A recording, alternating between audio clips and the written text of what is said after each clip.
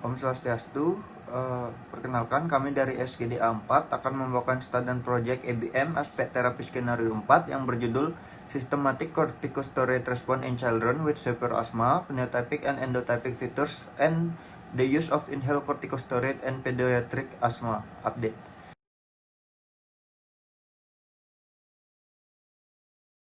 Perkenalkan, nama saya Dimas Sina Widiananda. Pada pagi hari ini saya akan menjelaskan tentang identifikasi masalahnya. Dalam studi project ini telah kritis mengenai studi terapi akan dilakukan terkait dengan penyakit asma pada anak. Asma sendiri merupakan penyakit kronis dari sistem pernapasan yang ditandai dengan penyempitan saluran pernapasan kecil dan bronkiolus, meningkatnya bronkial sekresi atau lendir, dan pembengkakan mukosa atau peradangan. Studi project ini akan melakukan telah kritis terhadap jurnal mengenai penata laksanaan yang akan dilakukan berdasarkan kasus berikut. Asma merupakan penyakit kronis yang sering terjadi pada sistem pernapasan, dan asma ekserbasi akut adalah salah satu penyebab tersering seorang anak dibawa ke IGD dan menjalani perawatan di rumah sakit. Kemudian untuk inflamasi saluran nafas bronkial adalah ciri patologis asma yang paling menonjol. Corticosteroid inhalasi melalui efek antifilasinya telah menjadi terapi asma selama bertahun-tahun. Corticosteroid sistemik dan inhalasi juga digunakan dalam terapi asma ekserbasi akut. Beberapa pedoman penelaksana asma internasional merekomendasikan penggunaan corticosteroid sistemik dalam penelaksanaan asma akut pada tingkat sedang sampai berat pada fase awal saat dibawa ke IGD. Melalui kasus ini, dokter ingin menemukan bukti terbaik mengenai obat mana yang dapat digunakan pada anak dengan asma akut yang berat. Dengan adanya telah kritis mengenai aspek terapi terhadap jurnal yang berkaitan dengan kasus tersebut, diharapkan dapat dijadikan sebagai media informasi dan juga pertimbangan yang baik dan benar terhadap penelaksanaan asma pada anak.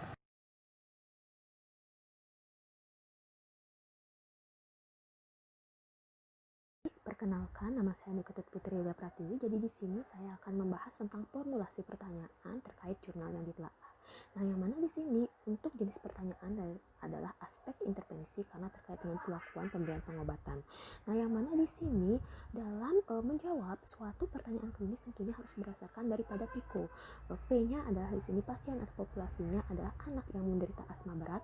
Lalu untuk I-nya intervensi, yang mana di sini diberikan sistemik kortikosteroid. Untuk kontrol atau komparatornya sebagai pembanding adalah kortikosteroid inhalasi, dan untuk O-nya atau outcome adalah terkait dengan mengevaluasi daripada manfaat klinis dari pemberian terapi, kualitas hidup, dan juga prognosisnya.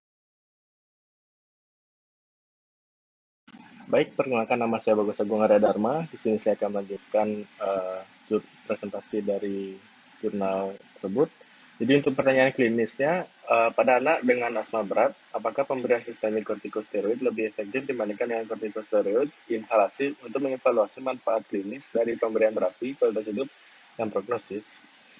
Itu tadi untuk pertanyaan klinis dari jurnal.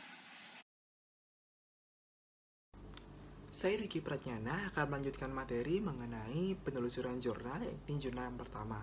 Nah, dalam menjawab skenario kasus, kami berusaha mencari jurnal yang kami anggap terbaik yang disesuaikan dengan kaidah PICO dan juga pertanyaan penelitian klinis yang telah kami sampaikan pada bagian sebelumnya. Nah, pencarian jurnal ini kami lakukan pada laman PubMed, yakni suatu database online literatur biomedis terbesar yang dapat digunakan secara gratis maupun berbayar oleh masyarakat umum dan juga dikelola oleh National Center for Biotechnology Information atau NCBI. Nah, dalam pencarian jurnal ini, kami menggunakan opsi penyaring atau filter berupa free full text sehingga kami dapat mengunduh jurnal tersebut secara gratis. Nah, berdasarkan hasil pencarian, kami menemukan 50 jurnal yang sesuai dengan kaidah PICO yang telah kami ajukan.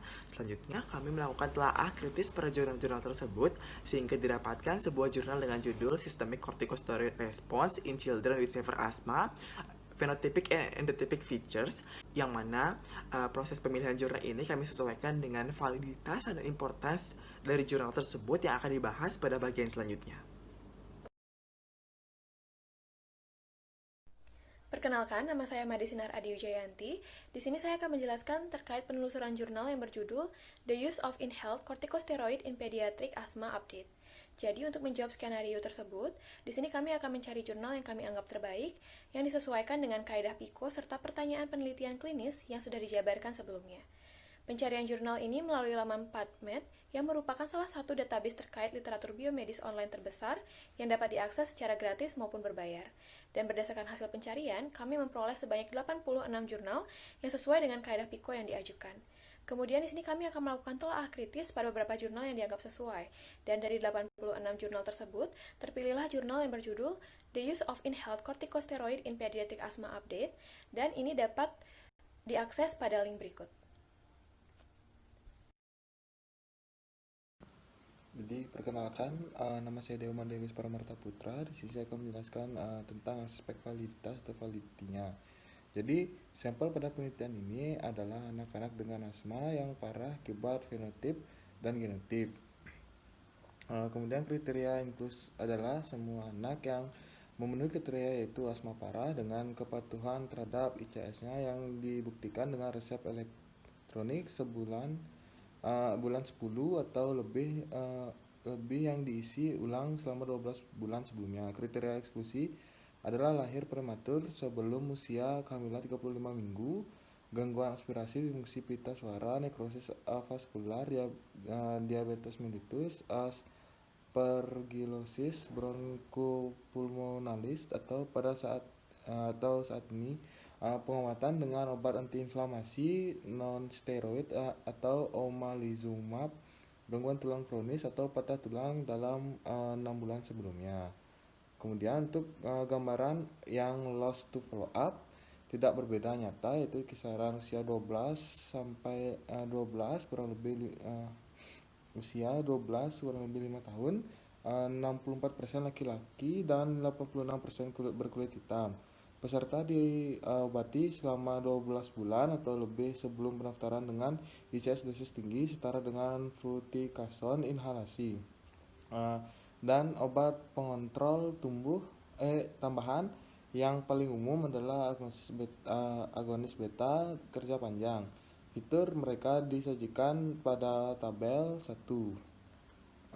Kemudian hasil klinis yang menarik termasuk kualitas hidup asma yang dinilai dengan Asthma Quality of Life atau kuesioner atau AQLQ, eosinophil darah, konsentrasi oksida nitrat yang dihembuskan dari V1 AQLQ-nya dilengkapi dengan bantuan teknis seperti yang direkomendasikan sebelumnya. Nah, jadi statistical analysis dilakukan dengan IBM SPSS Statistics Software.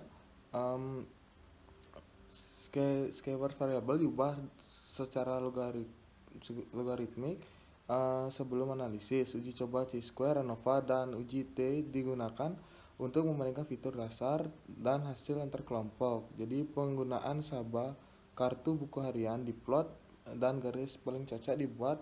Pengukuran regresi polinomial order 4, kemudian guidance of fit ditentukan oleh nilai R2, analisis jalur data mRNA dilakukan dengan perangkat Luna GNC Pro, analisis prediktor dilakukan dengan regresi logistik, analisis karakteristik operasi penerimaan juga dilakukan dengan variabel prediktor kontinu.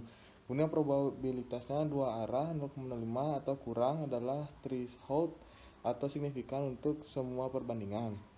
Kemudian pada penelitian ini tidak dilakukan blinding. Kemudian penelitian sebelumnya telah membandingkan sitokin, inflamasi, dan ekspresi kemokin antara anak-anak dengan asma berat secara keseluruhan, anak-anak dengan asma yang lebih membandingkan ekspresi gen inflamasi dalam kelompok asma berat. Baik, perkenalkan, nama saya Adi Laksana. Di sini saya akan melanjutkan presentasi mengenai aspek kepentingan atau importance. Berdasarkan jurnal tersebut dijelaskan perlunya menegakkan diagnosis asma di mana hal ini tidak jelas, seperti pada anak-anak prasekolah dan penyebab lain yang diketahui seperti infeksi kronis. Uji coba terapeutik selama 2-3 bulan dari ICS dosis rendah yang sesuai dengan usia dan jenis formulasi dapat dimulai untuk menilai respon pada gejala pengobatan ini. Berikan prognostiknya penulis bisa dilihat di slide. Jadi dilihat dari nilai CI, jurnal ini memiliki rasio yang melewati angka 1 sehingga bermakna tidak signifikan. Ditambah dengan CI yang nilainya tidak simetris dengan hazard ratio. Hal ini didukung juga dengan nilai P yang melebihi 0,05 sehingga bermakna tidak signifikan. Jika dilihat dari predictor outcome, yang pertama yaitu saran yang didapatkan dari uji Trexa menunjukkan keunggulan ICS hari dibandingkan ICS intermittent pada anak-anak dengan asma yang telah dikontrol dengan ICS. Jika dilihat dari presisinya melalui rentang CI cukup sempit, yang artinya representatif. Jika dilihat dari prediktor outcome kedua, yaitu hasil kunjungan tak terjadwal untuk gejala asma atau kebutuhan untuk tambahan kortikosteroid sistemik, maka dapatkan PR yaitu 1,45. Hal ini nyatanya tidak bermakna secara klinis karena dilihat pada rentang CI yang melewati angka 1. Namun jika dilihat dari presisi karena rentang CI yang sangat lebar dan ada heterogenitas yang signifikan antara studi utama termasuk rute, jenis, dan dosis ICS.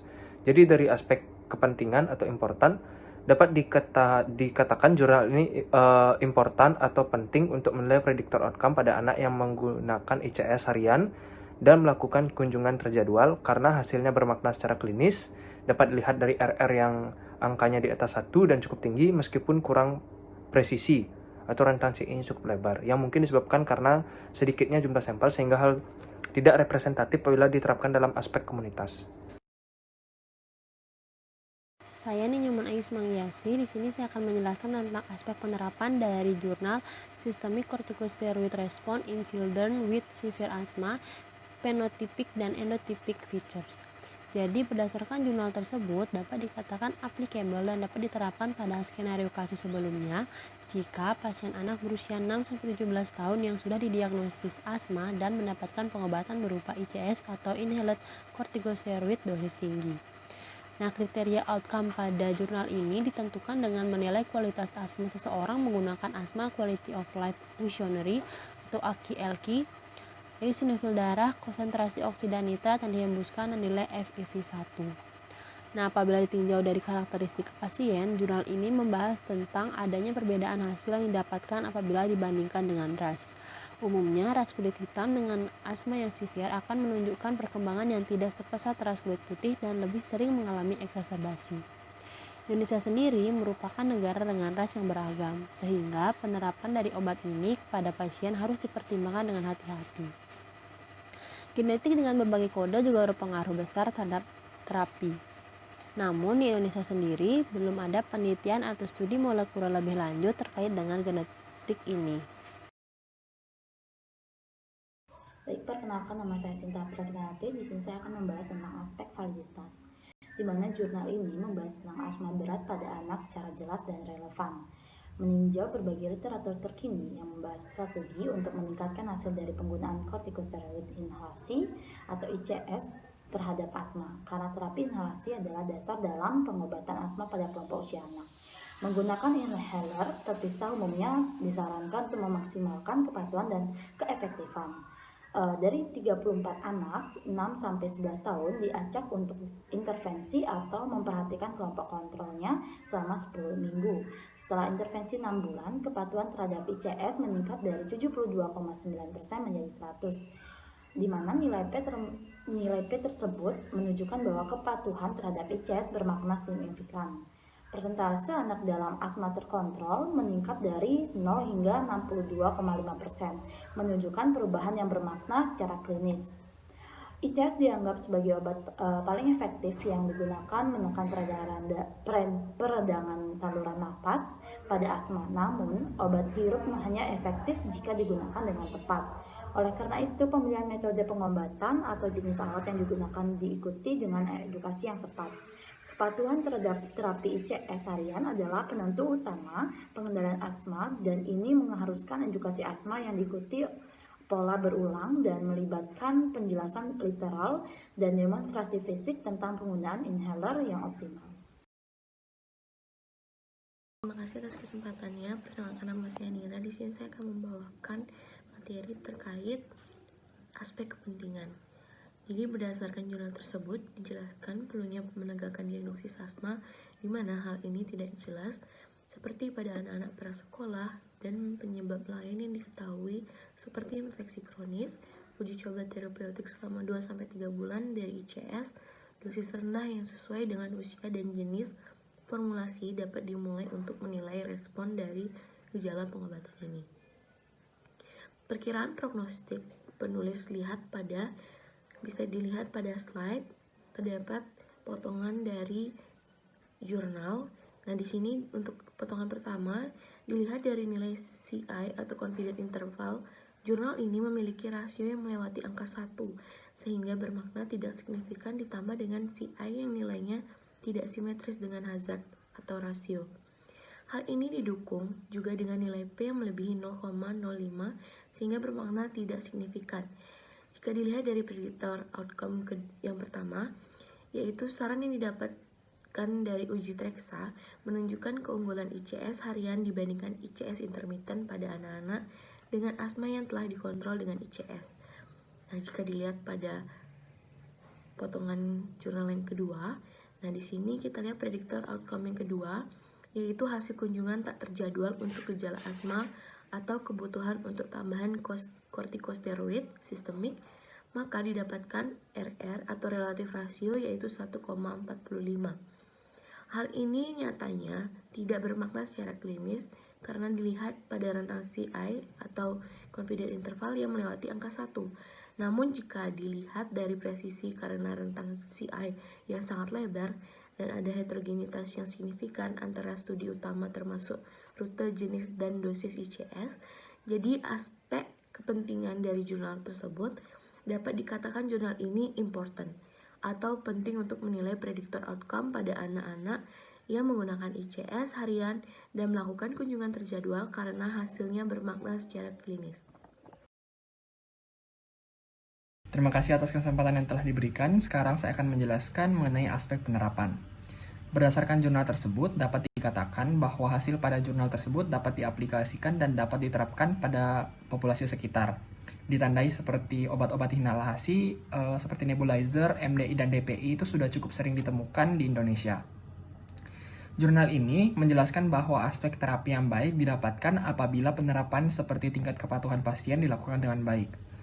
Terdapat faktor yang menyebabkan kurangnya penerapan pada penggunaan ICS, baik yang disengaja maupun tidak disengaja di Indonesia. Berdasarkan penelitian di Indonesia, pasien yang mengalami asma memiliki tingkat kepatuhan yang rendah sebanyak 46%, kepatuhan yang sedang 54%, dan tidak ada yang memiliki kepatuhan yang tinggi. Hal ini dapat disebabkan kurang tersalurnya informasi mengenai aspek terapi ini terutama pada anak-anak. Terkait dengan faktor lainnya, diperlukan penelitian lebih lanjut mengenai hal tersebut sehingga dapat memberikan penanganan yang lebih efektif dan memberikan outcome yang lebih baik kepada pasien.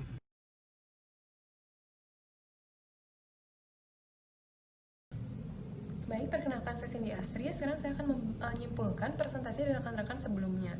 Bahwasanya kami mendapatkan kasus asma berat pada anak yang merupakan penyakit dengan penyempitan saluran pernafasan, produksi lendir, pembengkakan mukosa, dan juga terjadinya inflamasi.